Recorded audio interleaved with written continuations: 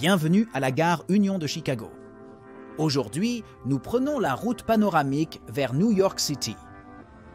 Pour les prochaines 28 heures, le Cardinal d'Amtrak nous transportera sur plus de 1100 miles à travers les Appalaches et le long du corridor nord-est. Nous avons un sacré trajet devant nous, alors commençons. Notre aventure débute à la splendide gare Union de Chicago, comme beaucoup ici dans le Midwest. Ouverte en 1925, la gare Union est la 5e gare la plus fréquentée des États-Unis, ayant accueilli plus de 2,3 millions de passagers en 2022. La gare est également la 4e plus fréquentée d'Amtrak à travers le réseau et la gare Amtrak la plus fréquentée en dehors du corridor nord-est.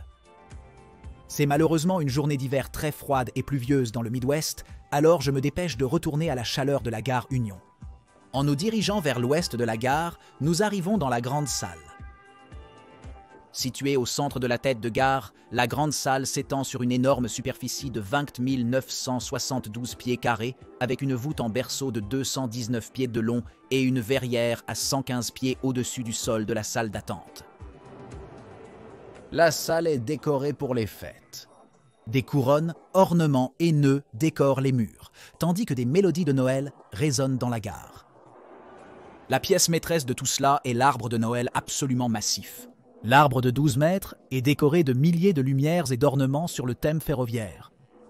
Les ornements incluent le Coast Daylight, Missouri Pacific, Western Pacific, Rock Island, Rio Grande, Pennsylvania Railroad, Illinois Central et Amtrak. Le Metropolitan Lounge d'Amtrak, bien qu'accessible à tous, est l'endroit idéal pour attendre son départ. Le salon est situé dans le passage principal juste à côté du Grand Hall. L'accès au salon est gratuit pour toutes les classes affaires et couchettes, aux passagers et aux membres des récompenses Amtrak Select Plus et Executive. Des snacks offerts au bar après l'entrée. La sélection du jour inclut divers chips, barres granola, bonbons et pop-corn. On offre aussi des boissons sans alcool, comme des sodas, de l'eau, du jus, du café et du thé. Le Metropolitan Lounge de Chicago, bien que pas très flashy, offre des commodités comme un centre d'affaires, stockage de bagages et des douches. Il y a aussi de nombreux sièges confortables. Je pense que le haut du salon est l'endroit idéal pour attendre. L'usage réduit des escaliers rend l'environnement plus calme et détendu. L'embarquement pour le Cardinal est prévu 30 minutes avant le départ à 5h23. Nous attend sur la voie 28, le Cardinal d'Amtrak. Sur les voies à côté de nous se trouvent 2 des trains interurbains d'Amtrak Midwest, composés d'un un mix d'Amfleet en Horizon et nouvelle voiture Venture. Il y a 2 couchettes dans le train d'aujourd'hui, toutes 2 sont les nouvelles Viewliner 2. La couchette avant est ce standard, mais celle où nous resterons, la 5009, est une voiture combinée couchette-bagages. En grimpant les marches, nous pénétrons de nouveau dans l'univers des couchettes d'Amtrak, une sensation de première classe nous submergeant à bord. Nous occuperons la chambre 3/2 à gauche pour les prochaines 27h30. Le Capital Limited d'Amtrak se prépare à partir à 18h40. Malgré le départ du Cardinal, presque 1 heure avant le Capital Limited, arrivera à DC une bonne 5h45 avant le Cardinal. Il est peut-être plus rapide, mais loin d'être aussi pittoresque que le Cardinal, que nous observerons presque toute la journée de demain. En attendant la fin de l'embarquement, examinons rapidement notre itinéraire vers NYC. Le Cardinal quitte Chicago vers le sud, passant rapidement de l'Illinois à l'Indiana. Notre train atteint Indianapolis et Cincinnati en pleine nuit et rencontre le lever du soleil à Huntington, Virginie occidentale. Le second jour, notre train zigzague à travers les gorges de la New River dans les Appalaches. Après les montagnes, c'est un voyage tranquille de Charlottesville à Washington, district de Columbia où notre train passe du diesel à l'électrique. Le Cardinal devient un hôtel rapide, notre vitesse maximale est maintenant de 125, nous parcourons le corridor du nord-est vers New York City, arrivant à Penn Station au terme du trajet. Nous parcourons un total de 1146 miles lors de notre trajet au cours des 2 prochains jours, avec un temps de voyage de 27 heures et 45 minutes. Le départ de Chicago est pile à l'heure. Notre train quitte la gare Union exactement à 17h55. Le soleil s'est depuis longtemps couché sur le Midwest au moment où nous quittons Chicago, les lumières de la ville du vent illuminant l'horizon alors que nous commençons notre trajet vers l'est. Ah! Pour nous voir partir aujourd'hui, il y a le passionné de train et fan de la chaîne Miles Jajic, qui a bravé la pluie pour obtenir cette incroyable photo de notre train et de la skyline de Chicago.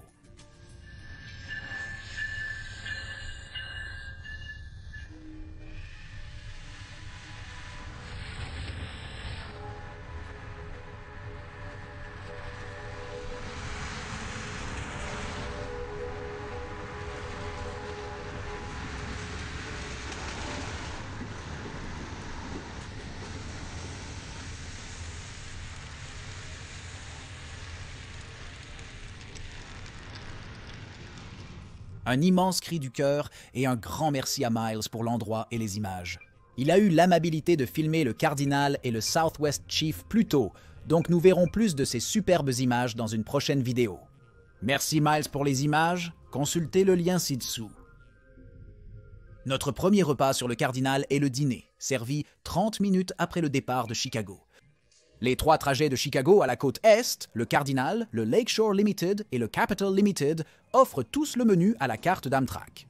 Cela signifie qu'il est impossible d'éviter les repas préemballés en allant vers le nord-est. Le Cardinal n'a pas de wagon-restaurant, donc nous mangerons dans notre chambre pendant le voyage. Le menu flexible d'Amtrak offre 5 choix pour le déjeuner et le dîner, comprenant une salade, un petit pain et un dessert, brownie ou gâteau au beurre. Pour notre premier repas à bord, j'ai opté pour le bœuf bourguignon, servi rapidement par l'accompagnateur de voiture. En ouvrant le paquet, nous découvrons 2 boîtes, l'une avec le plat principal, l'autre avec les accompagnements et la boisson. En notant l'aluminium, nous découvrons un repas Amtrak typique. Concernant les accompagnements, la salade est correcte. La laitue a cette légère texture caoutchouteuse due à une réfrigération excessive, mais cela ne me dérange pas trop. Le pain préchauffé était bon et est arrivé avec 2 portions de beurre. Notre boisson ce soir est un coca avec un petit extra. Une boisson alcoolisée est offerte aux passagers en couchette au dîner et j'en profite toujours pleinement. Notre plat principal, le bœuf bourguignon, est servi dans une sauce au vin rouge avec divers légumes et de la purée de pommes de terre. Bien qu'il n'en ait pas l'air, le ragoût est délicieux. La sauce est délicieuse et un peu sucrée, le bœuf est bien relevé. Quelques morceaux de viande sont durs, mais la majorité est tendre et savoureuse. La purée de pommes de terre accompagne idéalement le bœuf, surtout avec une cuillerée de sauce. Les légumes, bien cuits, semblent néanmoins être un ajout tardif au plat. Le dessert ce soir, un savoureux brownie aux morceaux de chocolat. Je donnerai un 6 au dîner. Bien qu'il n'égale pas la qualité d'un restaurant traditionnel, le bœuf bourguignon dépasse mes attentes et est très rassasiant. L'Illinois est loin quand nous finissons de dîner. Nous passerons près de 7 heures en Indiana, entièrement dans l'obscurité. Le Cardinal atteint rapidement Lafayette et Crawfordsville. Les lumières d'Indianapolis brillent à travers la brume en approchant de la gare. Juste avant d'arriver à la gare, nous passons devant l'impressionnant stade Lucas Oil de 63 000 places, qui sert fièrement de domicile aux Colts d'Indianapolis.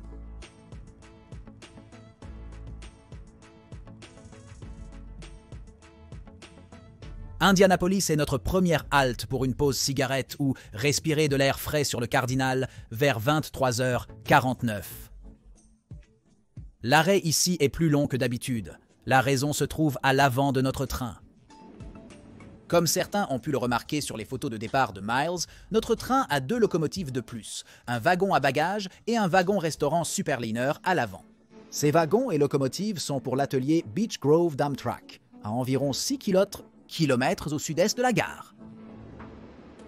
L'ingénieur monte à bord du train divisé, le P42 de tête Nunuroro. 167 allume les phares et s'éloigne du Cardinal.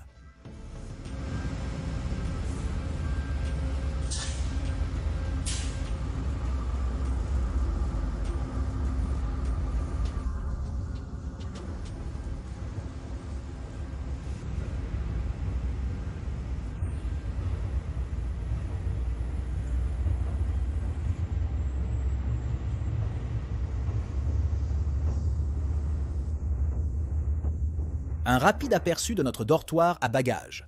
Viewliner. 2 avant le départ à 12h15.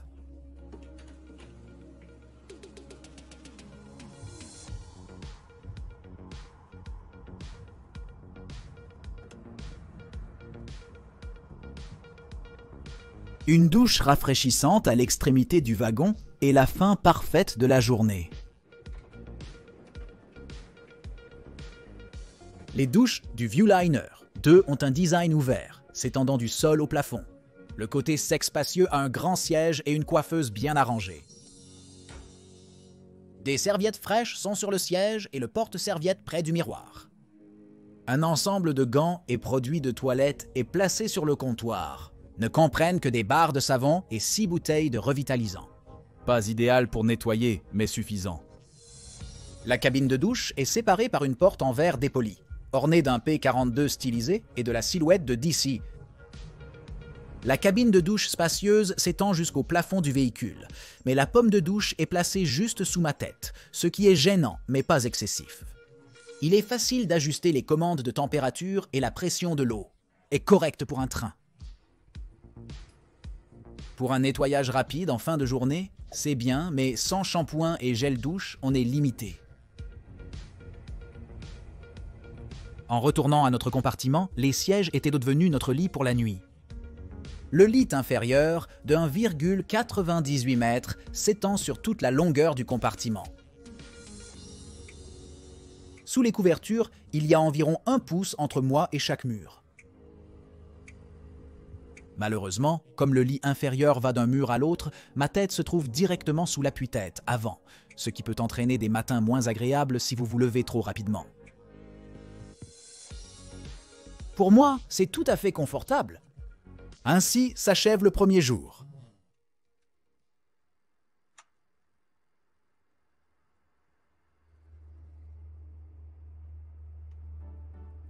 Nous nous réveillons le deuxième jour, avant même que le soleil ne franchisse l'horizon.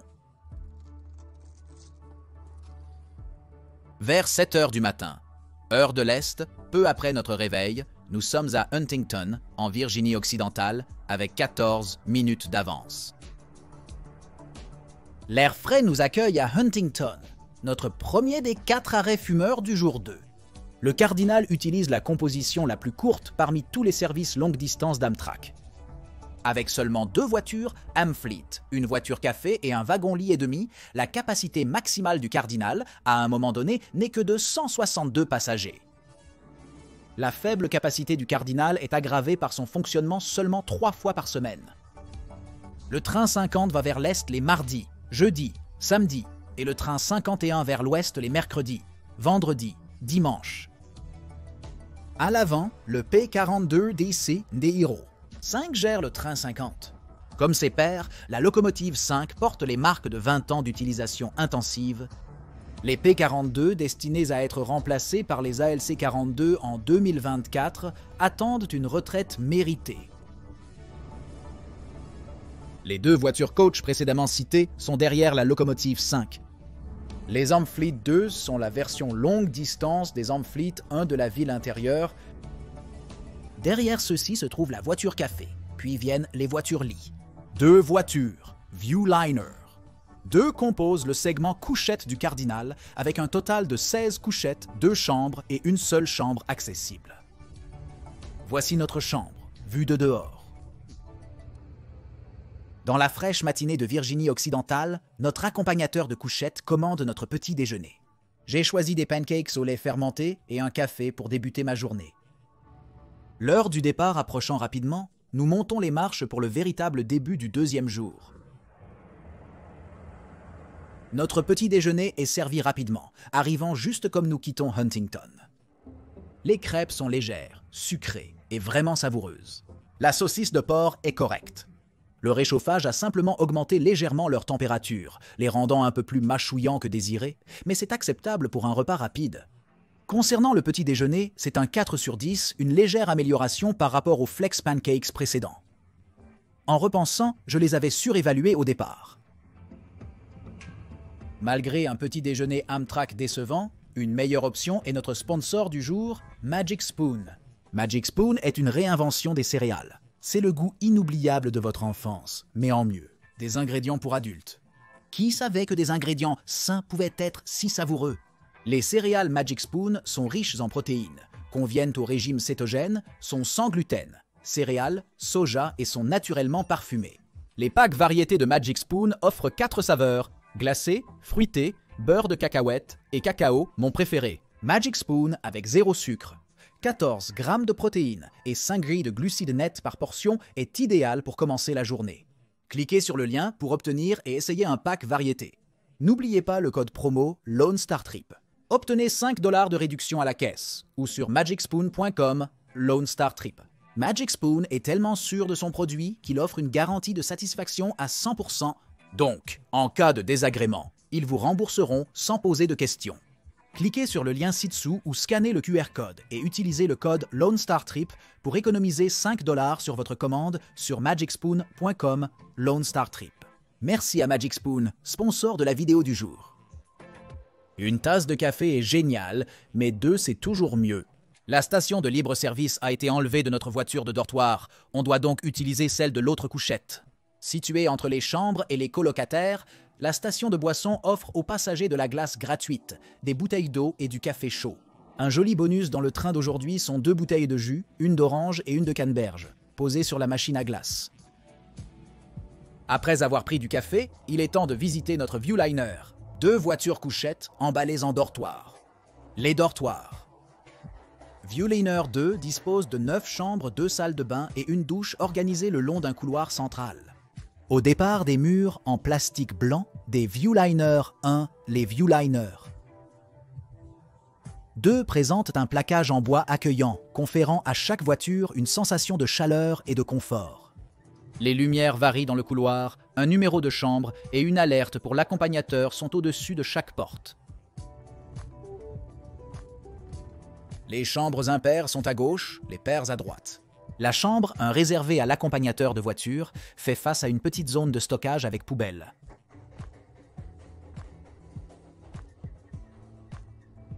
Les chambres 2 à 9 occupent la majorité de l'espace. Les 8 chambres sont seulement séparées par une poubelle intégrée dans le mur et une zone de stockage. Les 2 salles de bain, la douche et l'accès à la zone de bagages se trouvent au bout du couloir. L'espace bagages, prévu pour 30 à 40 valises, est plus restreint que prévu. Les étagères inclinées vers les murs retiennent les bagages avec un mécanisme repliable pour les ranger quand inutilisés. Les logements pour dormir ont également été améliorés avec la 2e version du Viewliner d'Amtrak. Chaque compartiment comporte 2 fenêtres vers le hall central, avec le logo d'Amtrak sur la plus petite. Ouvrir la porte coulissante révèle notre cabine de 3 par 6 pieds, sans effort. Amtrak décrit la roumette comme convenant à 2 adultes, bien que cela puisse être serré. Le tissu bleu typique d'Amtrak a disparu du Viewliner 2 et il a placé une maquette texturée bordeaux et marron sur les sièges et les accoudoirs. Les murs ont aussi légèrement changé de couleur, se rapprochant davantage de la crème que du blanc. 2 fenêtres dans la cabine offrent des vues panoramiques. La supérieure pour le lit superposé du haut. De voir dehors tout en étant au lit. En entrant, nous fermons la porte coulissante, difficile à verrouiller d'une seule main.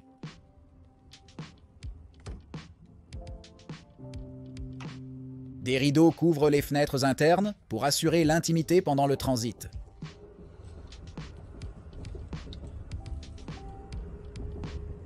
En configuration diurne, les compartiments ont 2 sièges confortables équipés d'oreillers pour chaque passager. Le siège avant du train d'aujourd'hui est le fauteuil du capitaine de la couchette. Il comprend 10 à 12 cm de largeur supplémentaire et des accoudoirs des 2 côtés. La largeur diffère clairement quand les sièges passent en mode nuit. Les 2 sièges s'inclinent via une barre sous eux. Le levier pour les convertir en lit est adjacent. Au-dessus du fauteuil du capitaine se trouve une suite de commandes d'éclairage et de pièces. Les 2 sièges ont une lumière de lecture LED et une lumière aérienne. Le siège avant a aussi un bouton d'appel d'accompagnateur et le contrôle PAA. Le commutateur PA est simplement un allumage ou une extinction sans contrôle du volume. Généralement, j'ai juste besoin d'allumer ou d'éteindre, donc pas de souci. Près du siège, les passagers ont 2 des 4 prises et un ventilateur fonctionnant grâce à un cadran pour réguler précisément l'air. Les commandes de l'éclairage et le thermostat électronique se trouvent au-dessus. La lumière du plafond couvre toute la cabine, avec une veilleuse bleue au centre. Le thermostat électronique est un excellent ajout à ces autocars. Il offre un contrôle précis de la température de la pièce, à la différence des boutons traditionnels des Viewliner Hunts ou Superliners. Contrairement à notre voyage sur le Lakeshore Limited il y a quelques mois, celui-ci fonctionne. Des crochets et cintres près du thermostat maintiennent ma veste stable pendant le déplacement.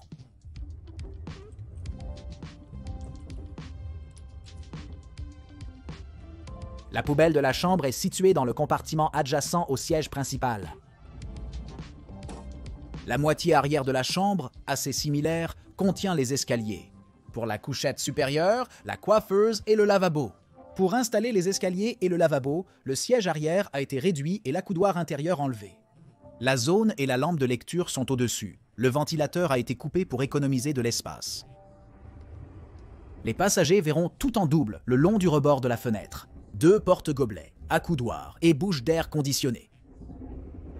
Les accoudoirs sont confortables, mais l'un du siège plus large a visiblement été plus utilisé. Les 2 porte-gobelets, idéaux pour une bouteille d'eau ou une tasse de café, ne conviennent pas aux grandes tasses. Chaque aération est contrôlée par une languette sur le rebord de la fenêtre, capable de maintenir l'aération dans toute position désirée. La seule chose qui n'est pas en double le long de la fenêtre est la table, qui se lève et se déplie sur les 2 sièges. Elle est spacieuse, suffisamment pour travailler ou dîner confortablement à 2. Le lavabo, les escaliers et la coiffeuse sont les éléments clés de toute chambre Viewliner. La coiffeuse se compose d'une lumière de miroir, un anneau de serviette et des gants de toilette avec du savon sur le comptoir.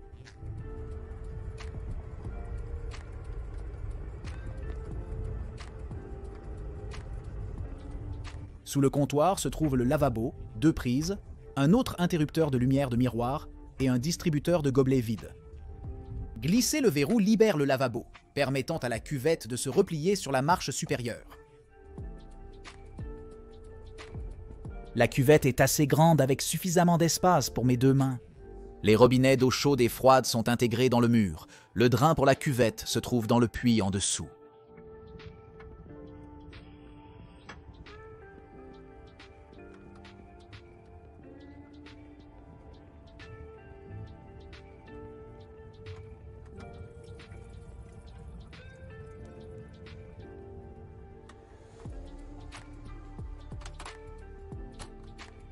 Contrairement au Viewliner 1, les chambrettes. Viewliner 2 n'inclut pas de toilettes ensuite. Les Viewliner 2 offrent 2 toilettes communes aux extrémités de chaque voiture pour les passagers des chambrettes. La décision de suppression a reçu des éloges variés. J'apprécie personnellement l'absence de toilettes dans la chambre car dormir à côté n'est pas plaisant, malgré le fait que certains passagers préfèrent cette option. La zone où se trouveraient les toilettes a été réaffectée pour le rangement, offrant un espace ample pour de grands sacs à dos ou des valises plus petites. L'espace entre les escaliers peut également servir de rangement pour des effets personnels de taille moyenne. Bien que parfait pour une croisière de jour, les 2 sièges nécessitent un lieu de sommeil pour le second passager la nuit. Au-dessus des sièges se trouve la seconde couchette. En tournant la poignée, le lit glisse, descend et se verrouille. En position basse, la couchette supérieure est juste sous la fenêtre, avec un cadre de lit découpé pour correspondre à l'écart de largeur des sièges en dessous.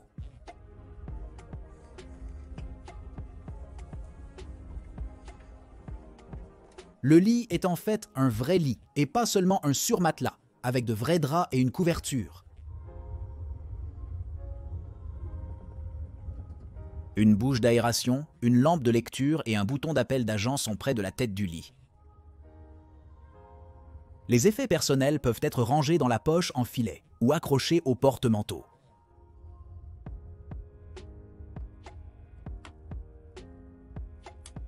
Ici, nous avons une vue imprenable sur l'immense zone de stockage. Le compartiment à bagages au-dessus du couloir central est suffisamment spacieux pour mon bagage à main avec de l'espace supplémentaire. Naturellement, pour plus ou de grands bagages, l'option d'enregistrement jusqu'à destination finale est disponible. Le roomette, malgré sa taille compacte, est idéal pour les voyageurs seuls ou en duo cherchant une option économique. Le Viewliner 2 renforce son statut d'expérience de voyage agréable en ajoutant des caractéristiques et commodités modernes à son choix déjà exceptionnel. Dans l'est des États-Unis,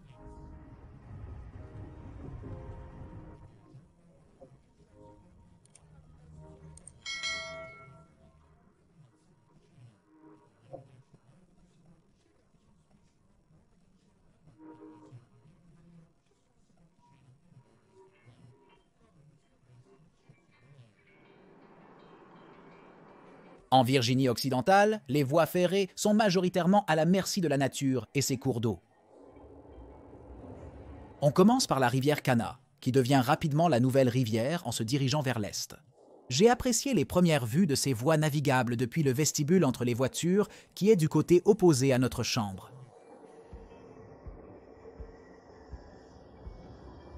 En passant le barrage de Hawks Nest, nous sommes officiellement dans le parc national des gorges de la Nouvelle Rivière. Park.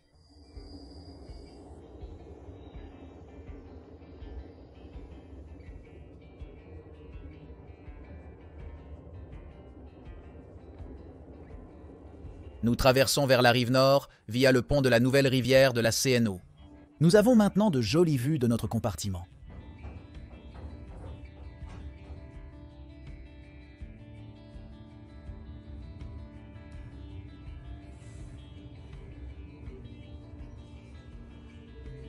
La Nouvelle Rivière, affluent de la Kanawha, traverse 320 miles en Caroline du Nord, Virginie et Virginie occidentale. Depuis, les eaux ont creusé cette gorge incroyable à travers les montagnes des Appalaches, dont les sommets dominent le chemin de fer.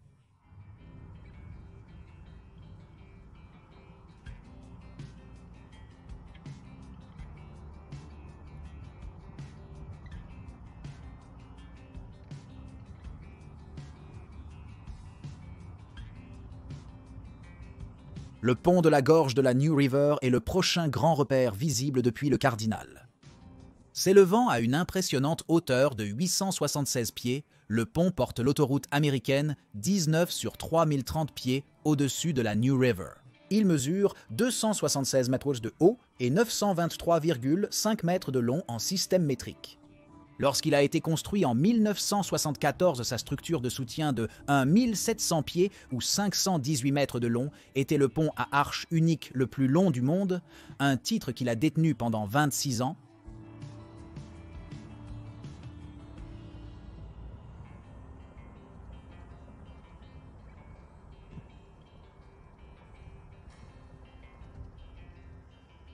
La New River présente des rapides impressionnants en allant à l'est. Le rafting est une attraction touristique prisée sur la New River.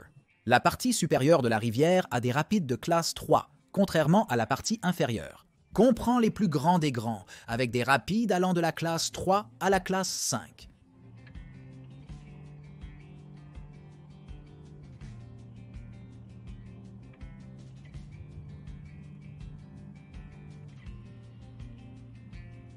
Aussi jolie que la gorge de la New River est censée être, le temps hivernal et les arbres dénudés signifient qu'il y a essentiellement du brun et du gris.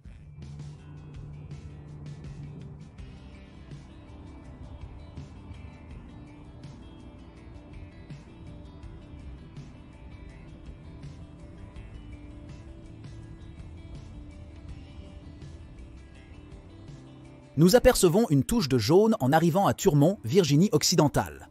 Comme nombre d'autres en Virginie occidentale rurale, Turmont est une des gares Amtrak les moins fréquentées. En 2022, Turmont ne dessert que 382 passagers, plus d'un par jour.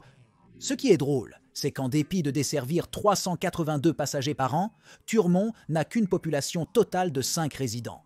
C'est également la ville la plus petite de Virginie occidentale. Début 1900, Turmont prospérait via l'extraction du charbon. La population de Gorge de la Rivière a atteint un pic d'environ 460 personnes dans les années 1930. Notre train serpente, offrant de belles vues sur la nouvelle rivière depuis notre fenêtre. À travers les montagnes,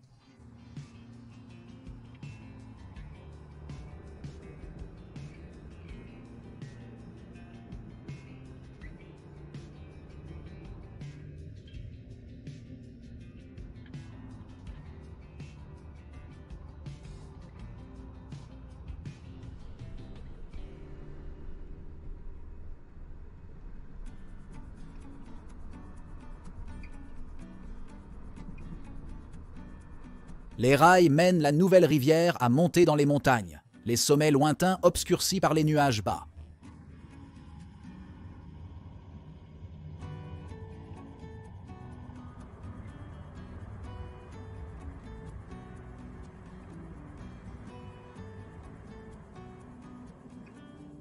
Le cardinal traverse la Virginie, 6e état sur 10 dans son ascension.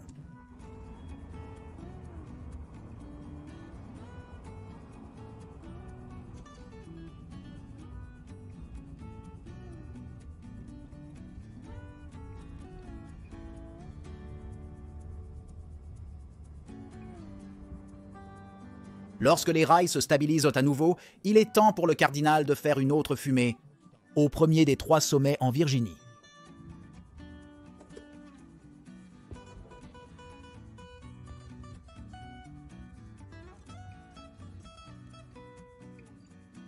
Nous nous trouvons à Clifton Forge, une ville de seulement 3555 personnes, un endroit tranquille pour sortir et étirer nos jambes. Avec quelques minutes à perdre, l'équipage nous permet de faire une courte pause à l'air libre à Clifton Forge.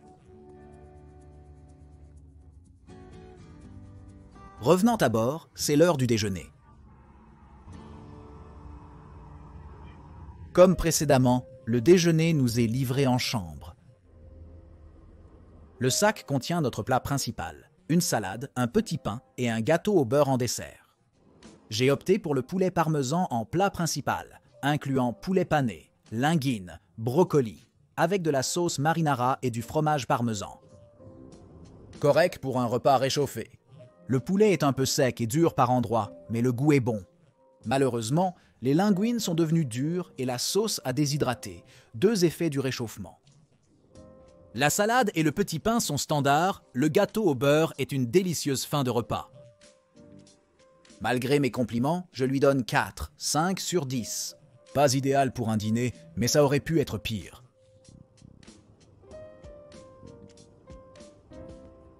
Comme dit lors de notre visite, les chambrettes V2 n'ont pas de toilettes attenantes. 2 installations communes sont disponibles à la fin de chaque voiture. Chaque salle de bain est très propre et spacieuse. Le lavabo marche bien avec l'eau chaude et froide, des robinets, du savon et des serviettes à proximité. Un distributeur de gobelets et 2 prises 120 volts sont à côté du lavabo. L'aménagement distinctif de la salle de bain la différencie des salles de bain Amtrak classiques. Les toilettes sont placées vers le coin le plus distant, offrant plus d'espace que l'agencement habituel. Approchant Stanton, Virginie, le cardinal passe devant les voitures du chemin de fer panoramique de Virginie en attente. Peut-être reviendrons-nous un jour pour monter à bord, mais pour nous et le cardinal, c'est juste un autre spectacle éphémère.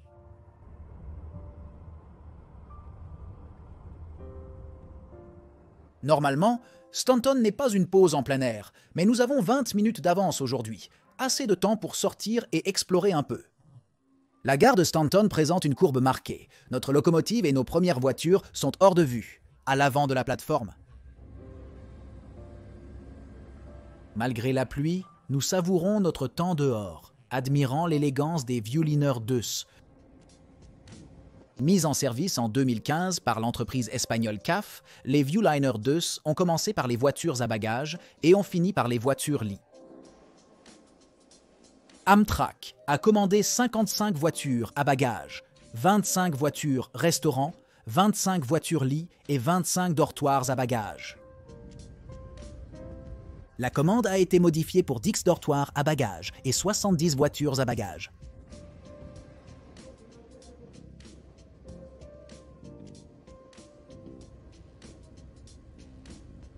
En montant vers la voiture-lit, nous apercevons rapidement la voiture-café du cardinal.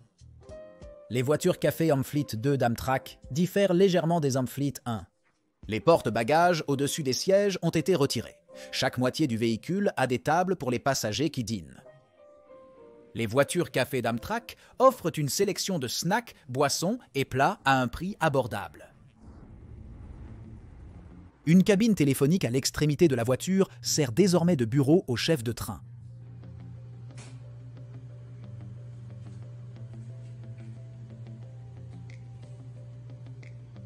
Notre train repart avec tout le monde à bord.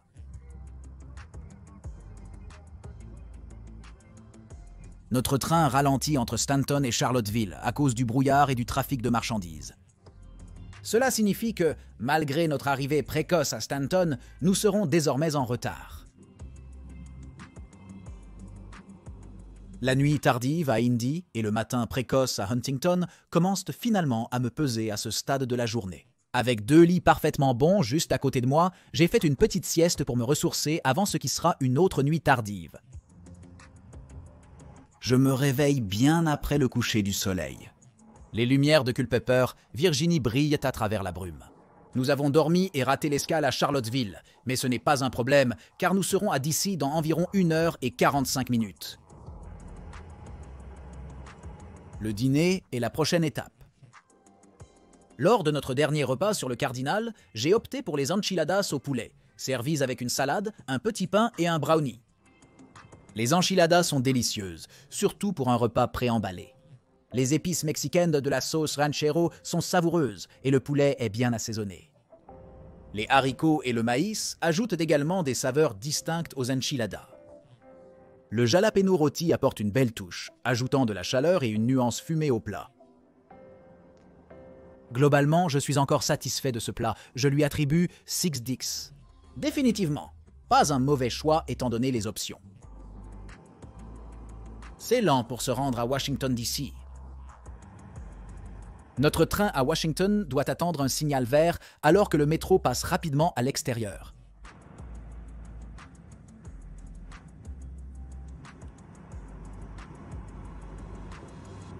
Après un bref arrêt à Alexandria, nous traversons la Potomac et pénétrons dans les tunnels de la gare Union.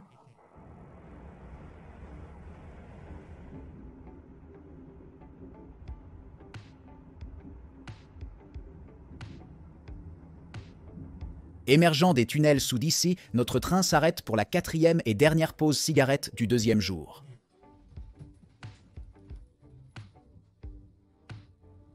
C'est aussi là que se produit la partie la plus cool du voyage, le changement de moteur. DC est le terminus sud du Northeast Corridor d'Amtrak, la ligne principale électrifiée qui va d'ici à New York et jusqu'à Boston. Les trains Amtrak du Northeast Corridor fonctionnent à l'électricité. Cela signifie que nous devons dire adieu à notre P42 en faveur d'un Siemens 64. Malgré le temps froid et pluvieux, l'équipe se met au travail pour découpler la locomotive 5 du Cardinal. En attendant, le train sur la plateforme voisine s'éloigne, laissant apparaître une nouvelle locomotive ALC 42 d'Amtrak.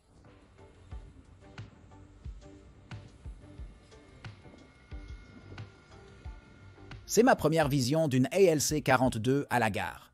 Union, locomotive pour le Capital Limited et les Silver Services de Washington, D.C. En attente sur les voies éloignées se trouvent 5 ACS 64 électriques. Maintenant dételée, la locomotive 5 avance pour finaliser la déconnexion, le moteur se dégageant ensuite pour faire place à notre locomotive électrique.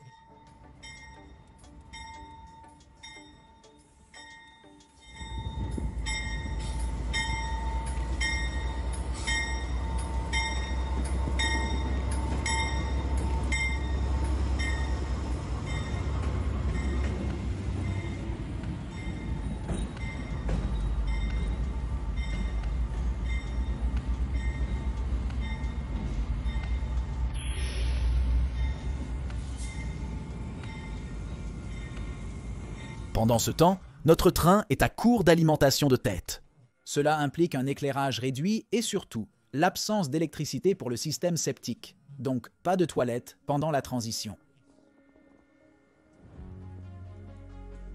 La locomotive 5 est en route vers l'installation de maintenance d'EV-City, tandis que deux ACS-64 reculent sur la voie 23.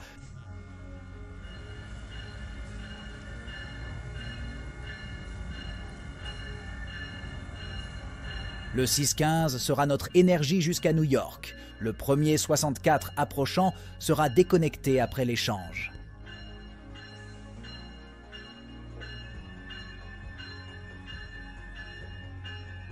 Le 615 s'arrête juste avant le Cardinal, permettant à l'équipe d'effectuer une dernière vérification avant l'accouplement.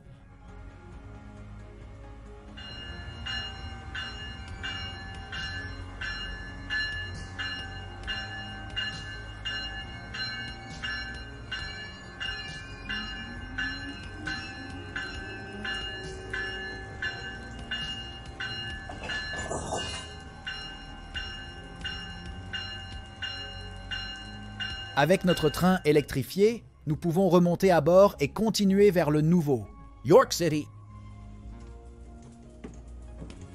La pluie persiste en quittant d'ici pour notre voyage sur le corridor du Nord-Est. Atteindre le corridor du Nord-Est augmente aussi les vitesses. D'ici à New York, nous allons naviguer dans notre chambre d'hôtel à 200 km/h. Malgré la difficulté à l'appréhender, nous approchons rapidement les 200 les rares lampadaires défilant devant la fenêtre indiquant notre vitesse.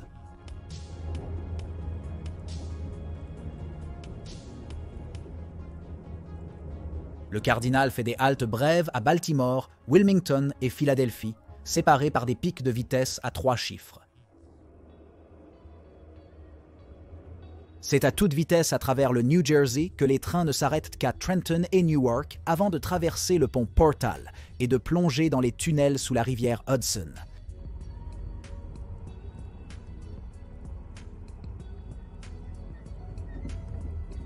Notre train perce l'obscurité avec les lumières de Penn Station, arrivant sur la plateforme 6:28 et 39 minutes après le départ de Chicago.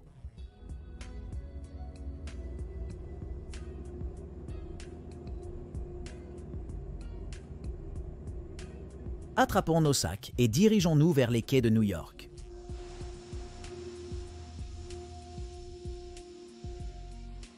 Il est temps de conclure la journée avec un dernier adieu à notre couchette et locomotive. Vidéo à une fin.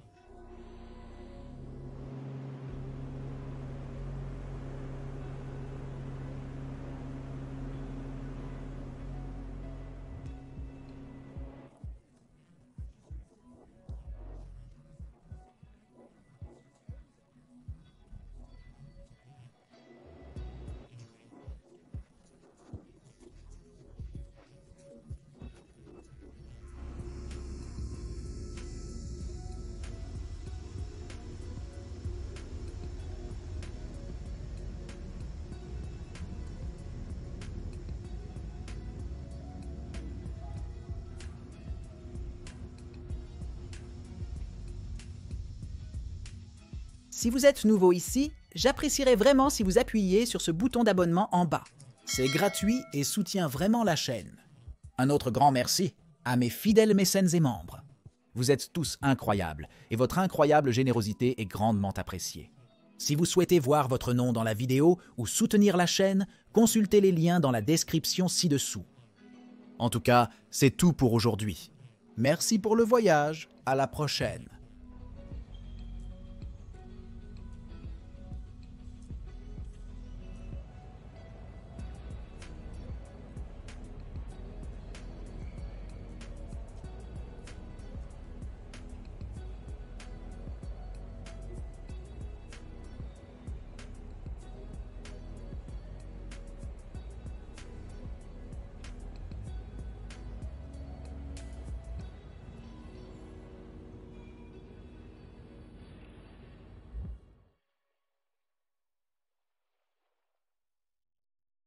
Merci.